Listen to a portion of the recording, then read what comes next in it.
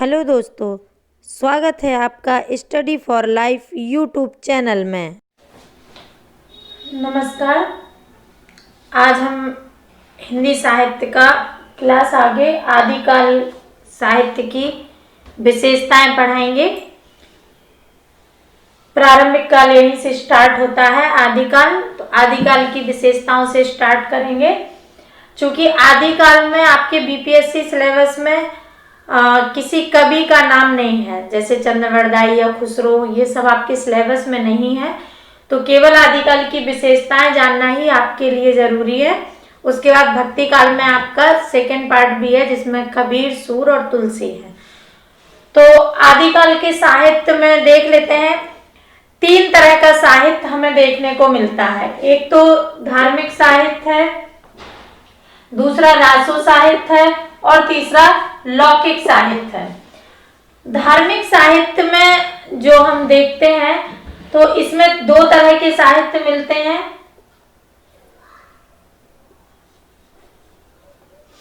जैन और बौद्ध। रासो साहित्य में वीरतापूर्ण रचनाएं हैं और श्रृंगारपूर्ण रचनाएं हैं, और लौकिक साहित्य में विद्यापति हैं और खुसरो हैं। खुसरो की लोकोक्तियां और मुकरी वगैरह सब है। तो आपके सिलेबस में इनकी रचनाएं पढ़ना नहीं है, केवल आदिकाल का साहित्य क्या है ये जानना जरूरी है।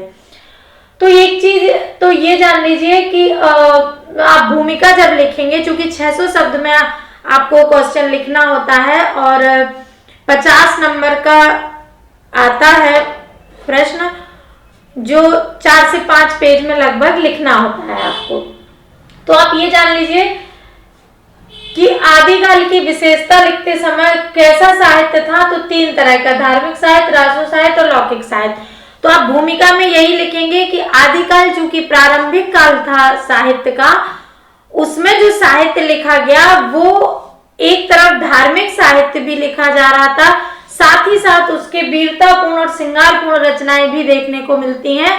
यहाँ तक कि शुक्ल जी ने तो वीरतापूर्ण रचनाओं के कारण ही इसका नाम वीर गाथा काल रखा था, और हमें बाल सुलभ चेष्टाओं की रचनाएं जैसे मुकरी, पहेलियां, ये सब भी देखने को आदिकाल में मिल जाती हैं। तो आदिकाल का साहित्य समृद्ध साहित्य था। अब चूंकि हमें आदिकाल की विशेषताएं पढ़नी है, तो विशेषताओं में एक चीज ध्यान रखना कि किसी भी चीज की विशेषता क्या कैसी होंगी, जैसा वो साहित्य था वैसी ही उसकी विशेषताएं होंगी। तो जैन और बौद्ध में लिखा गया है तो कैसी विशेषताएं हो जाएंगी? जैन और बौद्ध वाले कैसा साहित्य लिखेंगे? धार्मिक साहित्य होगा और आडंबर वगैरह से बचने की कोशिश बताएंगे। यहाँ रासो साहित्य है तो ये वीरतापूर्ण है, श्रृंगारपूर्ण है। इनके कैसे साहित्य होंगे? आश्रयदाताओं के लिए लिखे जा रहे हैं जो कवि हैं। और लौकिक साहित्य में तो जो लोकल का होता है, इसमें पहेली, मुकरी, ये सब लिखा हुआ है खुसरो ने।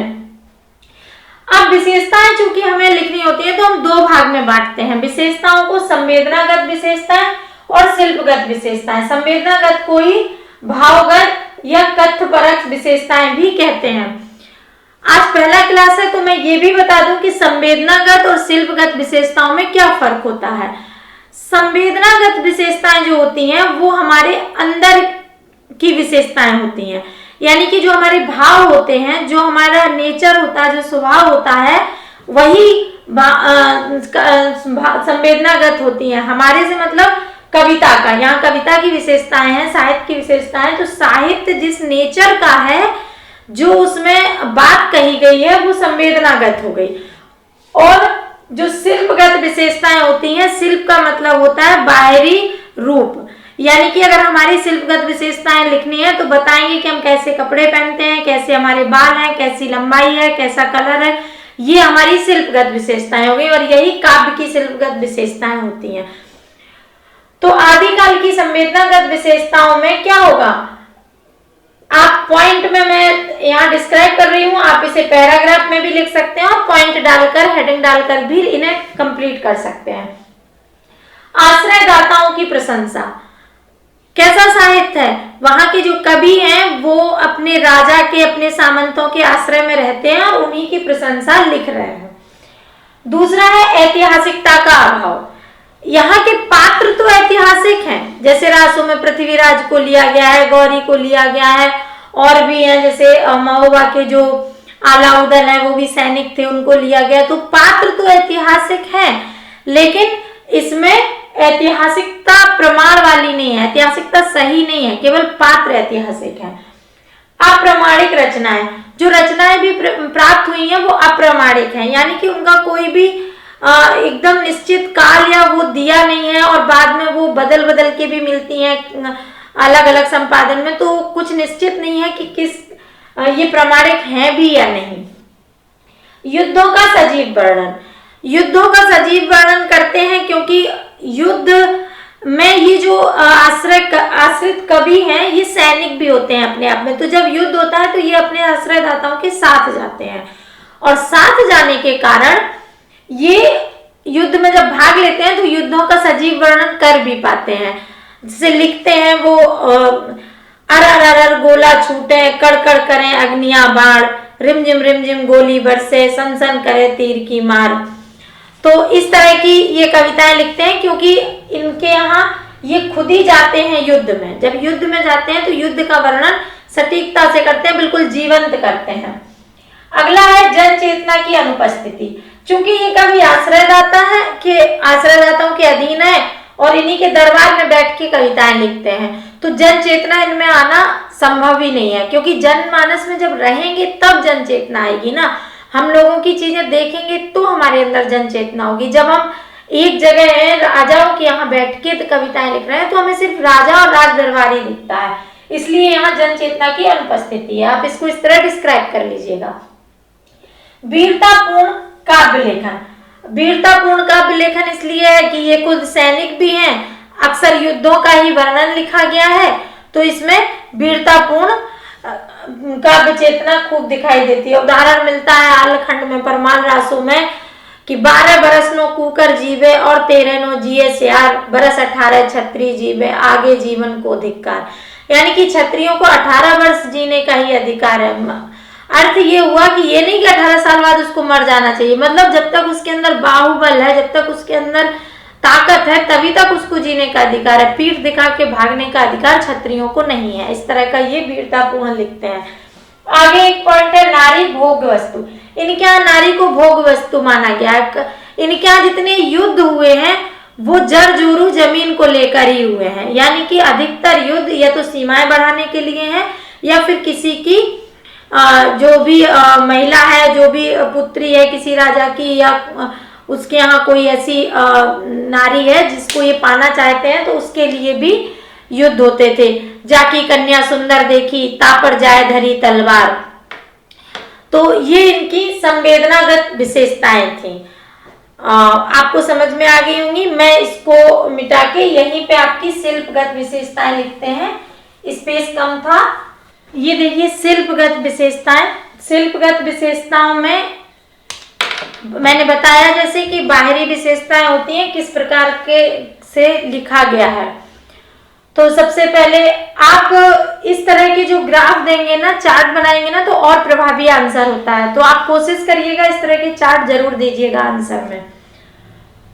शिल्पगत विशेषताओं में सबसे पहले हम देखते हैं, इन्हीं आधारों पर शिल्पगत विशेषताएं देखी जाती हैं। काव्य रूप कैसा है, भाषा कैसी है, छंद कैसा है, रस है, अलंकार है, कोई कथानक रूढ़ी है, तो ये सब देखकर ही शिल्प की विशेषताएं बताई जाती हैं। शिल्पगत विशेषताओं में काव्य किस तरह, काव्य रूप किस तरह का है, तो महाकाव्य भी मिलता है, खंड काव्य भी मिलता है और मुक्तक भी मिलते हैं। महाकाव्य क्या होता है, जिसमें किसी के जीवन का पूरा चरित्र लिखा हो, वो महाकाव्य होता है। और खंड काव्य होता है किसी के जीवन का की कोई एक घटना पर काव्य लिखा गया हो और वो पूरी घटना लिखी गई हो, तो ये खंड काव्य हो जाता है। जैसे रामायण महाकाव्य हो गया, और अगर सिर्फ भरत मिलाप लिखा जाता तो वो खंड काव्य हो जाता।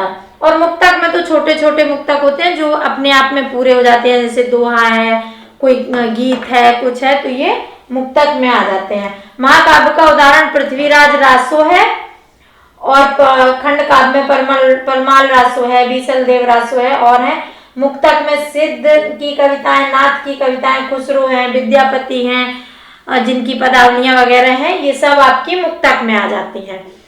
भाषा कैसी थी? तो भाषा भी सभी तरह की थी, चूंकि आरंभिक काल है तो सब अपभ्रंश भी है, अवहट्ट भी है, पुरानी हिंदी भी है, प्राचीन खड़ी बोली भी है, ब्रज भी दिखती है, डिंगल पिंगल, और ये सभी भाषाएं दिखती हैं, कुछ राजस्थानी बोली भी दिखती हैं।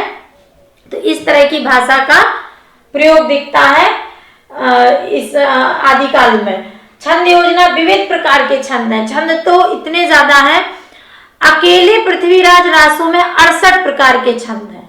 डॉक्टर नामवर सिंह ने कहा है कि चंद तो छंदों का राजा है, यानी कि चंद वरदाई तो छंदों के ही राजा हैं। इसे आप कोटेशन के रूप में प्रयोग भी कर सकते हैं कि डॉक्टर नामवर सिंह ने कहा है कि चंद तो छंदों का राजा है। कथानक रूढ़ियां हैं।